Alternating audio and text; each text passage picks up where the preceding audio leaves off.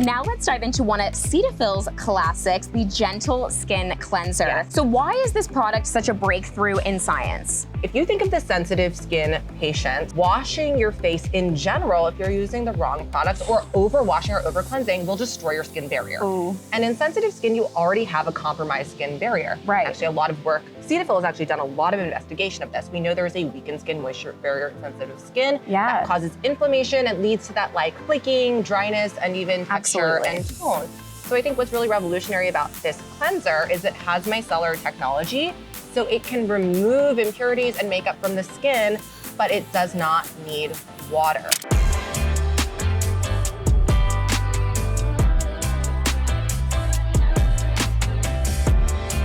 Welcome to beautiful Malibu with Cetaphil. We are going to take a deep dive into the innovations shaping the skincare world today.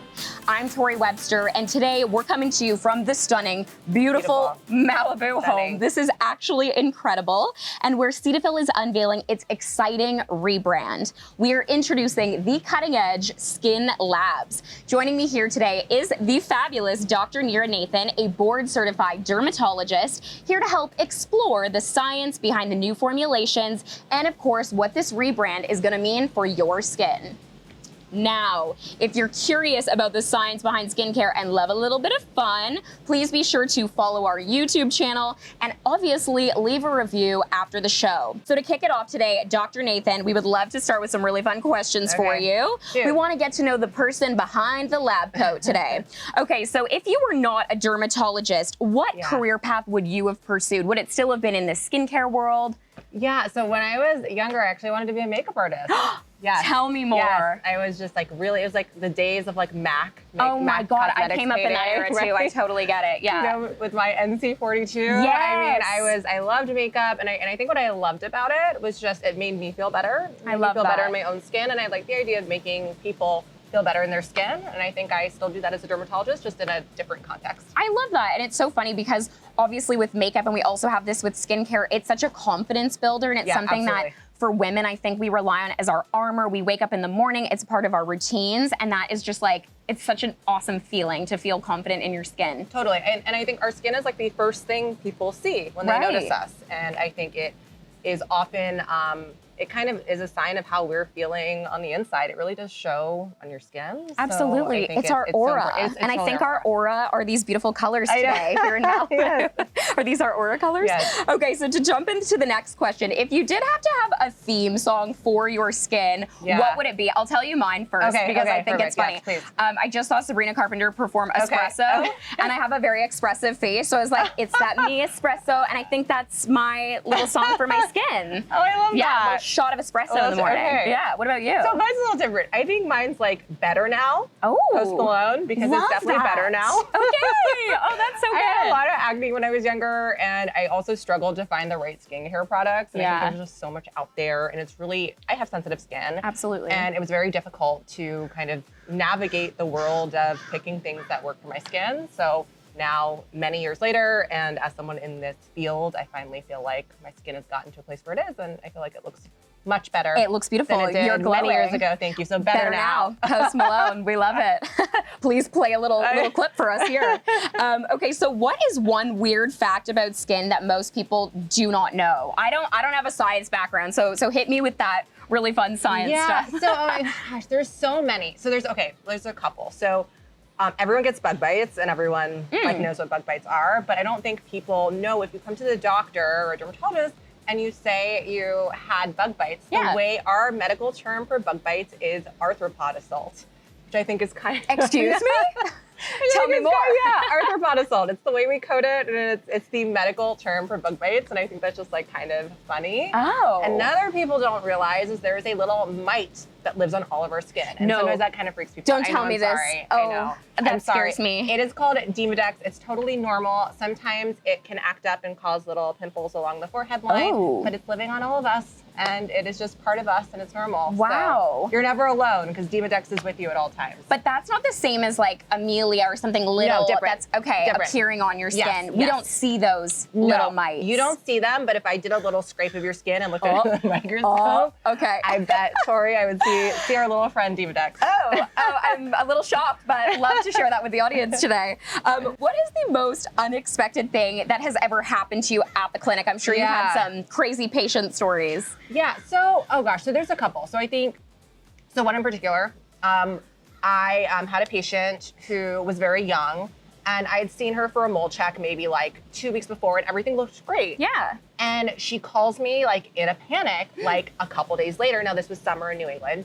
and she says, I have a black spot, and it is new, and it happened since I last saw you. Oh. I was like, that's really weird. Like maybe I missed something when I saw her. I thought I did a really thorough exam, and she was so worried. And I think she called me maybe on a Saturday. Our clinic was closed. Like, we'll definitely get you in on a Monday. Absolutely. So she came in so upset. I was like, okay, where's the spot? Let me see it. And it was on the back of her leg, and sure enough, I was like, that was not there. Like that truly is a new spot. This is like, new. This is so weird. And I looked at him like, okay, well, let me just get my dermatoscope, which is like a little magnifying glass that we use to look at the skin. Okay. And so like I'm going in with the dermatoscope, and then all of a sudden the mole moves. It was a tick. It was a tick. This is shocking events that I'm hearing today, everybody. But everyone was pleasantly relieved. It was not a melanoma. That is a crazy It was not a concerning mole. It was just a little tick in New England in the summer. Wow. We are a tick country. Okay, so I'm from Canada. Yes. Also, a lot of ticks in Canada. Like you have to be really careful in the summer months. Yeah. So moral of the story, you think you have a new spot, always get it checked out by your dermatologist, but we are always happy when we can tell you there's nothing to worry about. That's really good and a really hot tip. And it's true, like when you come in after like a night out, it's so important to like check your body and make sure that you're good. And like, oh yes, absolutely. Especially if you're in like a cottage country. Yes, hiking, absolutely. tick area, and check your dogs too. Oh yeah, check your pets. Check your pets. Okay, so what is one skincare ingredient everyone should know about, but few people do? Okay, for me, it's urea. It's urea. People, so do you know have you heard of urea? Does it look like I've heard of urea? Okay, so it is like the superstar skincare ingredient that I feel like so few people have heard about. Yeah, but I've never heard of this. Needs. Okay. So urea is a special skincare ingredient that has two properties. It's a keratolytic and a humectant. So keratolytic, what that means is it can get rid of like that flaky, dry skin. It takes super cracked heels and it just helps that skin come off in sheets. It reveals baby smooth skin. Wow. But it not only does that, it is a humectant. So that means it draws in moisture. So you get like the smoothest, most hydrated skin with urea. And you can use it for so many things. Like cracked heels, it's better than any pedicure. Whoa. Try to tell me different. I will disagree every time. Okay. Better than a pedicure. You can use it for keratosis pilaris, and people get those rough bumps. I get that in like the colder months. Yes, Is that normal? Absolutely. Yeah. So it's related to eczema and dry skin. You can use it for keratosis pilaris.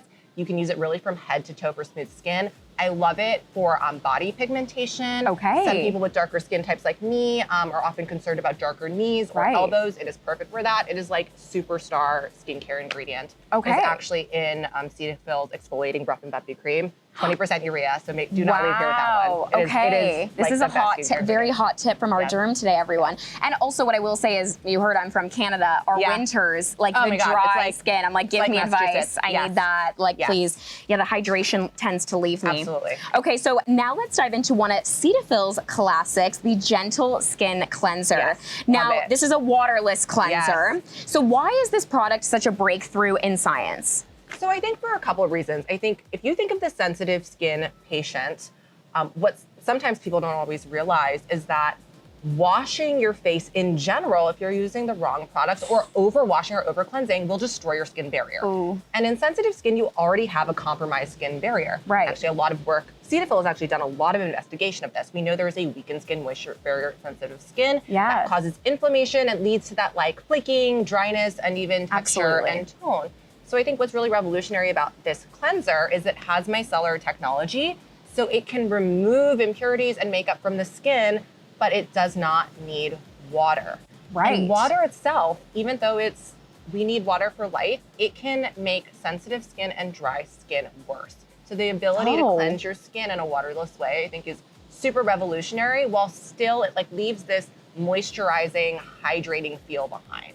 So if you've washed your face and you feel like, gosh, that just stripped my skin of any moisture, you feel that sometimes tight feeling. That's tight. Yeah, I have really sensitive skin, and like even just with water and cleanser, sometimes I'm like, oh, this is too much. Absolutely. So the fact that you can use that water is great, and then it makes it super versatile. So I carry a mini one actually on the plane with me because I'm not gonna take up the bathroom and wash my face. You are not living life unless you were doing skincare on the plane. Yes, this is my new stance. I'm like, you can use, please. Yeah, so you can use the cleanser, just like a little, little cotton pad, get your makeup off without like having to go in the sink. I love it. You can use it at the gym.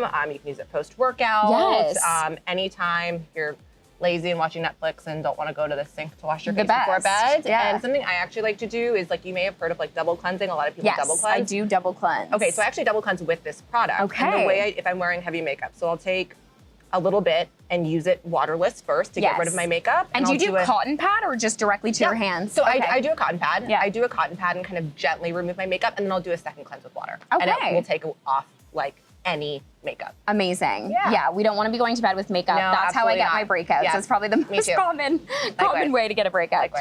So you did answer my next question, which was the use case for this product. So yes, take it to the gym, take it on the airplane, all of those amazing things. Absolutely. And lastly, as Cetaphil continues to innovate, what do you expect to see from Cetaphil as it moves into the future of skincare? And obviously we see on TikTok, on Instagram, all these like trendy kind of skincare moments, but what for you do you see as the future with Cetaphil in skincare? I think just leaning into the science and the expertise. I mean, Cetaphil has been around for years and it's really always been a dermatologist brand. And that's why I believe in the products. And I feel like just sticking to the science, everyone else is out there doing like the super trendy stuff, and Cetaphil is just sticking to evidence-based ingredients that work and evolving with the needs of the patient. And I do find that it is so easy to fall into the trends sometimes. And I think as a patient that does have sensitive skin, what I go back to is trusted products like Cetaphil, where you kind of know, especially if you have a big event coming up, like I don't want to risk it. I don't want that breakout. It's like you just have to keep going back. Do you look to social media for any kind of exciting new things in the skincare world, or even just like tips or like cool things?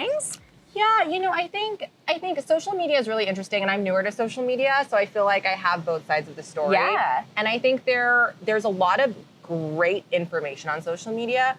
I just always advise you know your source. Absolutely. So I think there's really great information coming from a lot of my colleagues who are dermatologists, and I really think as dermatologists we are the medical experts in skincare. So I think there can be great education on social media. And I think social media is a great way to spread new, exciting information, but I also cautious against things that are just like for the clicks and sensational. Exactly. That may not be the best for your sensitive skin. Exactly. So tune into podcasts like this one where we talk to real experts like Dr. Neera. Thank you so much for tuning in with me today. Such a pleasure. This was so fabulous. This was us in Malibu on the pod. Thank you for tuning in from me and the team at Cetaphil, and we will see you in the next episode. Bye.